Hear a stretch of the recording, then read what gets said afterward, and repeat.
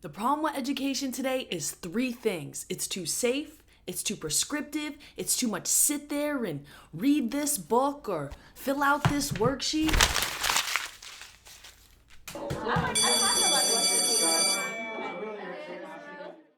What's up, guys? Stephanie here. Welcome to the first ever episode of Class Disruption. I'm super excited to get this project off the ground and, of course, to have you guys all here with me to explore the education system of the past, the present, and to build that more dynamic and equitable system of the future. So if you like what you see, go ahead and hit that like button and hit that bell so you could subscribe and get content delivered to your inbox just like this every week. But without any further ado, let's get into our topic for today. And we're not taking it light. No, we're going to go right at it. The problem with education. So a lot of people like to point back to the era in which the public education system was founded as the problem. And so that's going to bring us back to around the 1840s, the 1850s. The Industrial Revolution is taken off.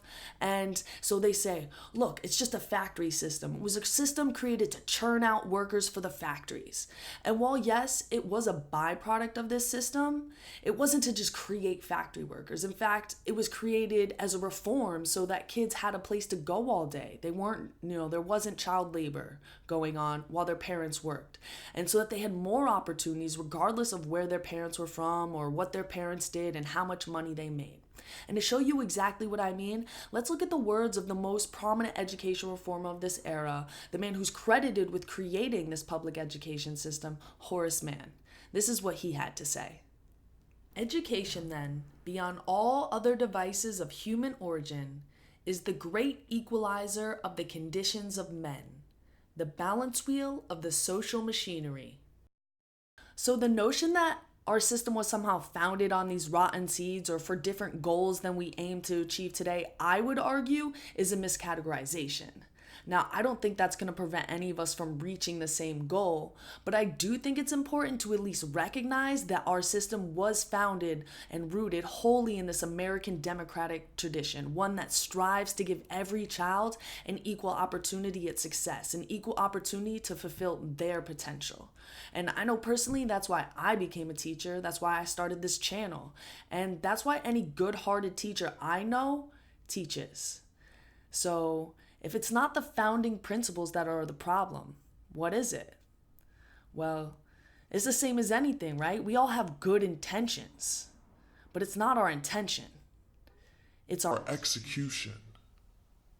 And what's so crazy and frustrating is that as an educator in 2019, I'm not dealing with new problems. These are the same problems literally since the very beginning when people first started going in and observing and writing reports about what was going on there.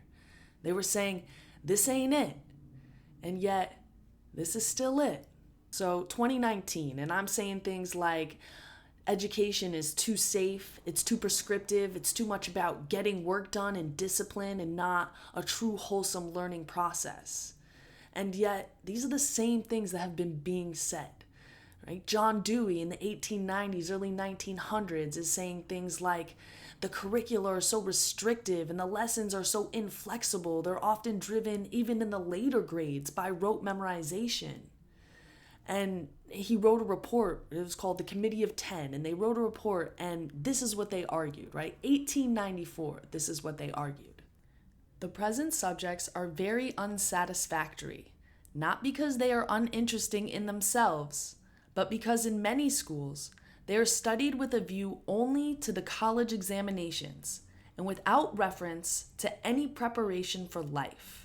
And me, at least until I got into the profession, I thought this push for everyone to go to college was this new and great evolution of public education. But no, it's been the problem, and we've known it's been the problem.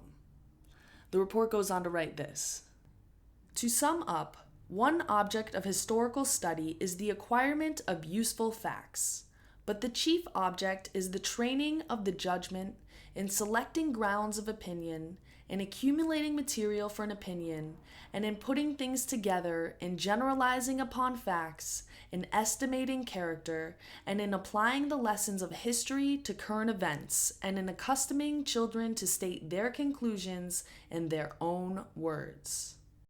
Common Core, anyone?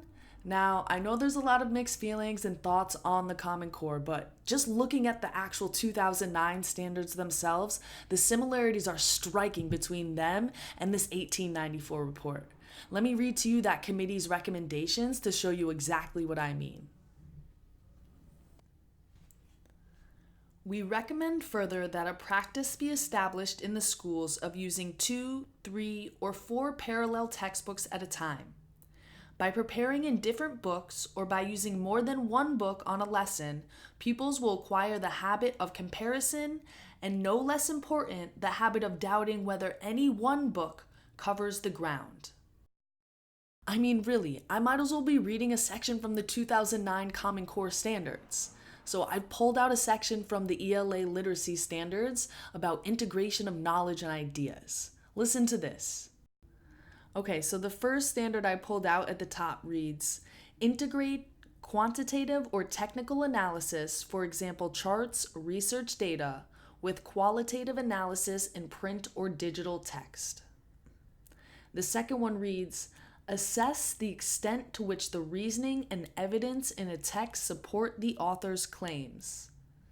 And finally, that third one reads, compare and contrast treatments of the same topic in several primary and secondary sources. See, we knew then, just like we know now, what good teaching is. And yet we think that if we repackage and republish them and put them out, that we're going to get different results. But it's about the execution, right? It's 2019 and we're still handing out worksheets and we're still state test prepping and we're still pushing every single kid into college. All while having to use these fancy classroom management techniques to avoid class disruption. But you know what we need? We need class disruption. We should be embracing class disruption. We should be manifesting class disruption.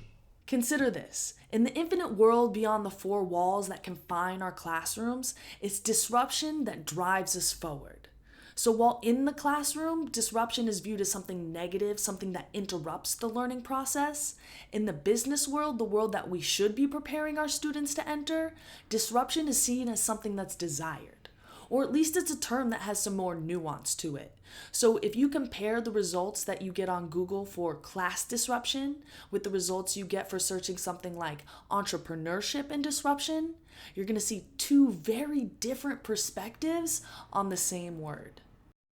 And so on the one hand, if you search class disruption, you're going to see this very negative perspective on it.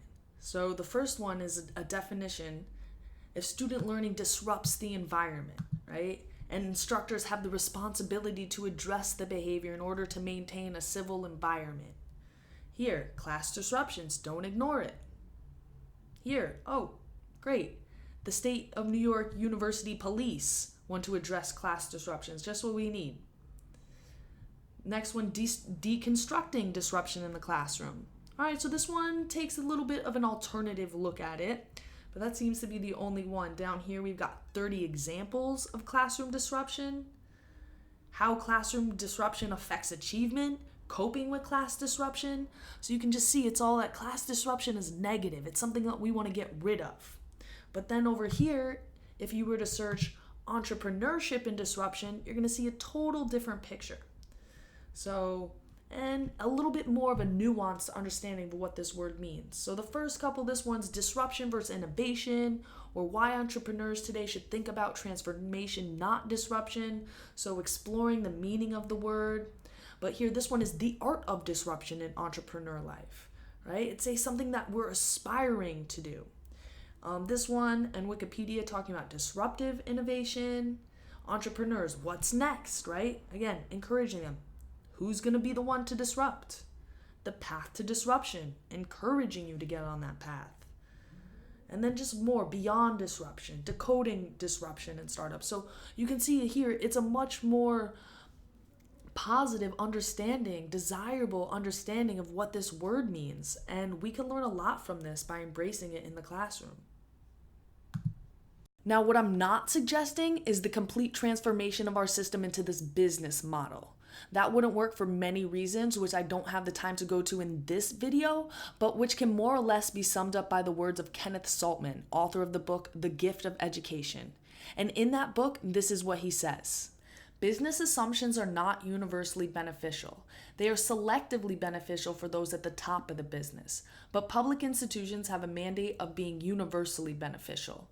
So, what I am suggesting though is that we get to the business of execution, of creating those dynamic learning spaces that actually prepare students for the choices they're gonna face in the world. And since that world values disruption, so too should our classrooms.